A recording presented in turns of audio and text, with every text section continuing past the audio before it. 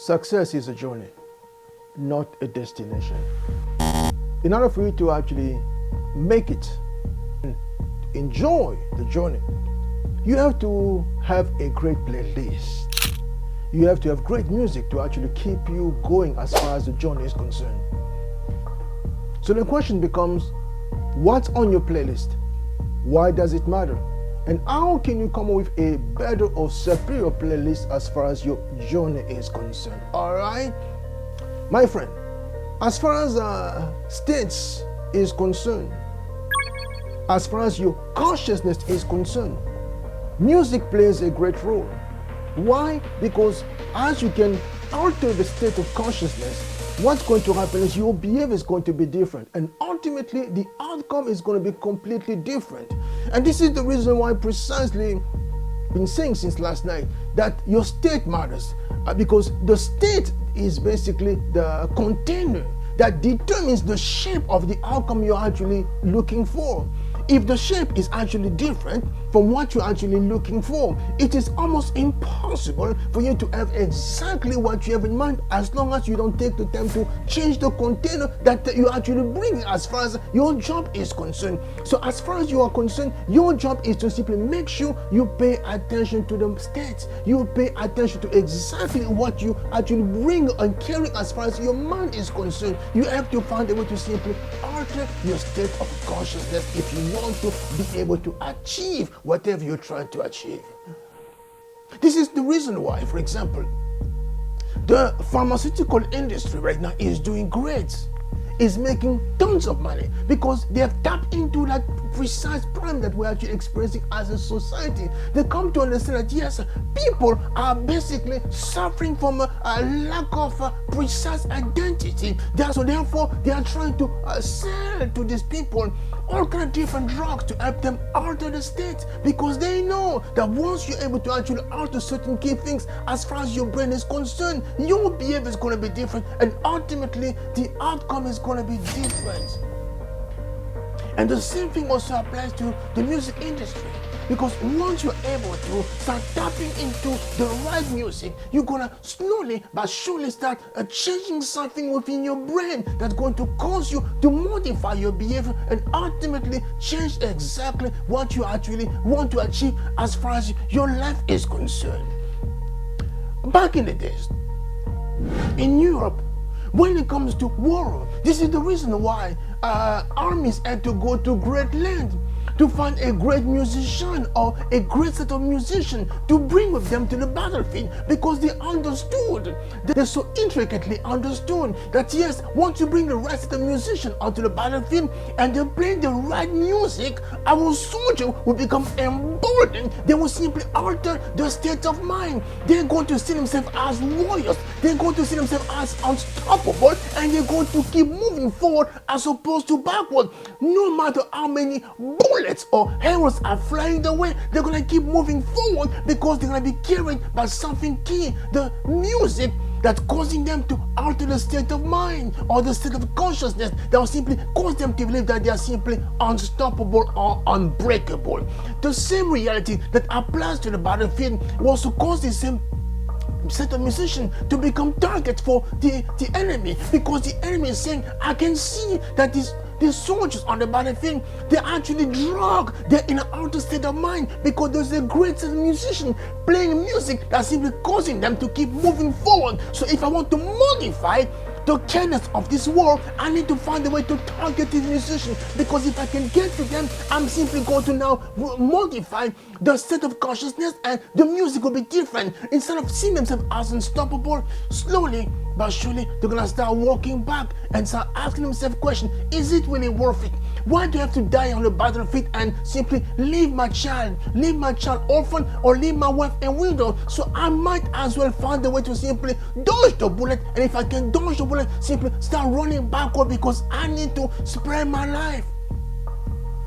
The same reality as far as the battlefield is concerned, the same reality as far as how to alter the state of consciousness is concerned, as far as the armies back in the days Europe is concerned, is exactly also the same type of reality that the armies had to also have when it comes in terms of peace.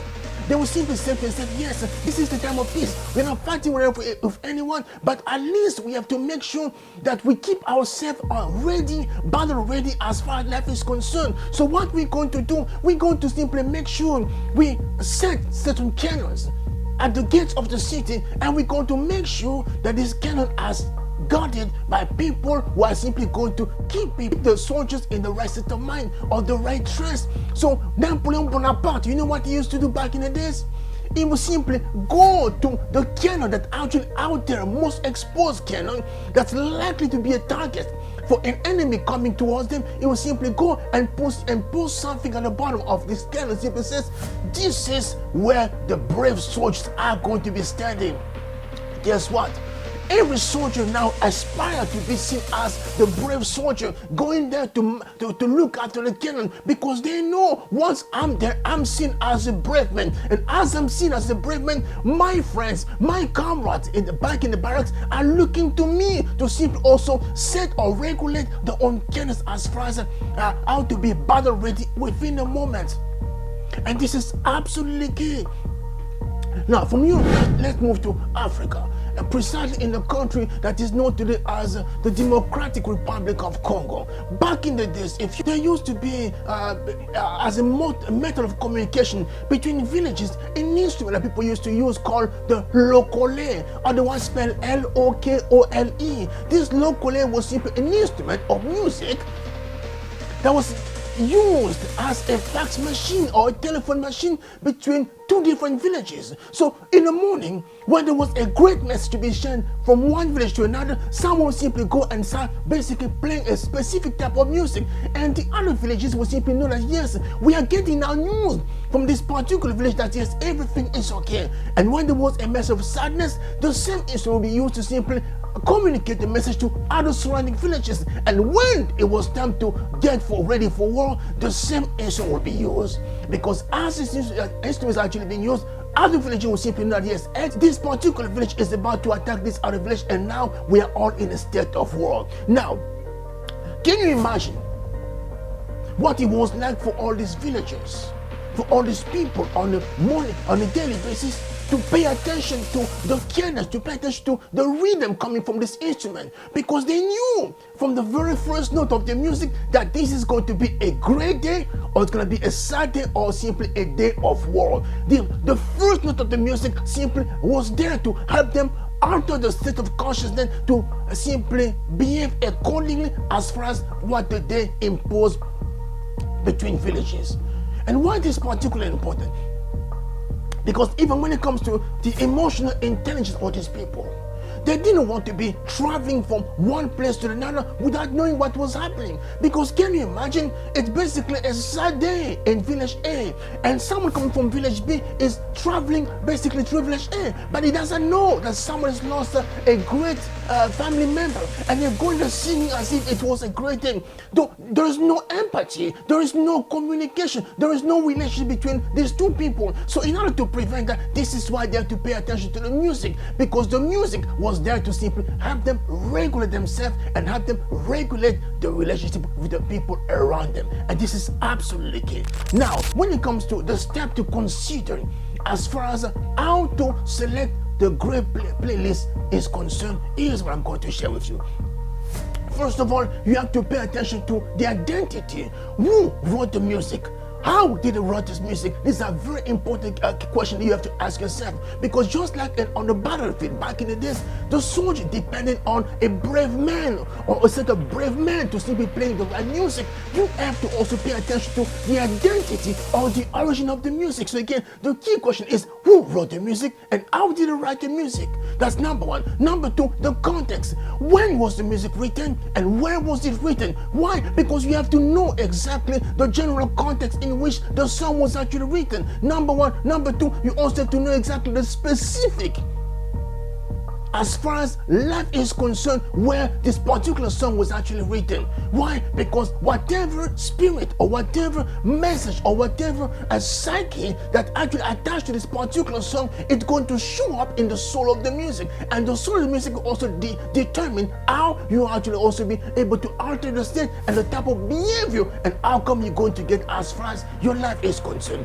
And ultimately, the key question to ask yourself as far as music is concerned, as far as your place is concerned, is this three questions. Number one, why? Why did the author write this particular music? Number one. Number two, why are people listening to this music? Then you have to ask yourself the question, who is listening to this music? Because the music that appeals to the masses is not the music that appeals to the elite. Let me just break it down for you. Just one example. I'm going to stop right there. Back in the day, in the times of Renaissance in Europe, for example, the music that was actually played in the court of kings and queens was not the same music that was actually played in the villages. Why? Because the music that was actually played for the king and kings and the court, it was a music that was supposed to help them regulate the sophisticated feelings and thoughts, help them regulate the sense of superiority they were supposed to have. It couldn't be the same type of music as everybody else. So similarly, so when it comes to the type of music that you're listening to, you have to ask yourself the key question, my goodness, who does this music appeal to? Who does this music appeal to? So why are they liking this music? And once you start asking yourself this key question when it comes to the general context, it will lead you now to the ultimate question. Why now should I be listening to the music? And as you keep asking yourself the question, why, you're going to slowly but surely start curating the best type of music, the best type of playlist that's going to take you from point A to point B with great panache and great excellence. With this, my friend, I'm going to stop. But before I go, just one key thing. If you enjoy this presentation, the one thing I'm going to ask you to do is simply put in the comment section, music is power, and I have the best playlist music ever. All right, my friend, thanks again for watching. Looking forward to sharing more with you in the days to come. Until then, take good care, and remember, the music that you play, the playlist that you're carrying, as far as the journey is concerned, is going to determine the state of mind or the state of consciousness you're going to have, and ultimately shape your behavior and the outcome you're going to get. Much love, take good care. I'm out.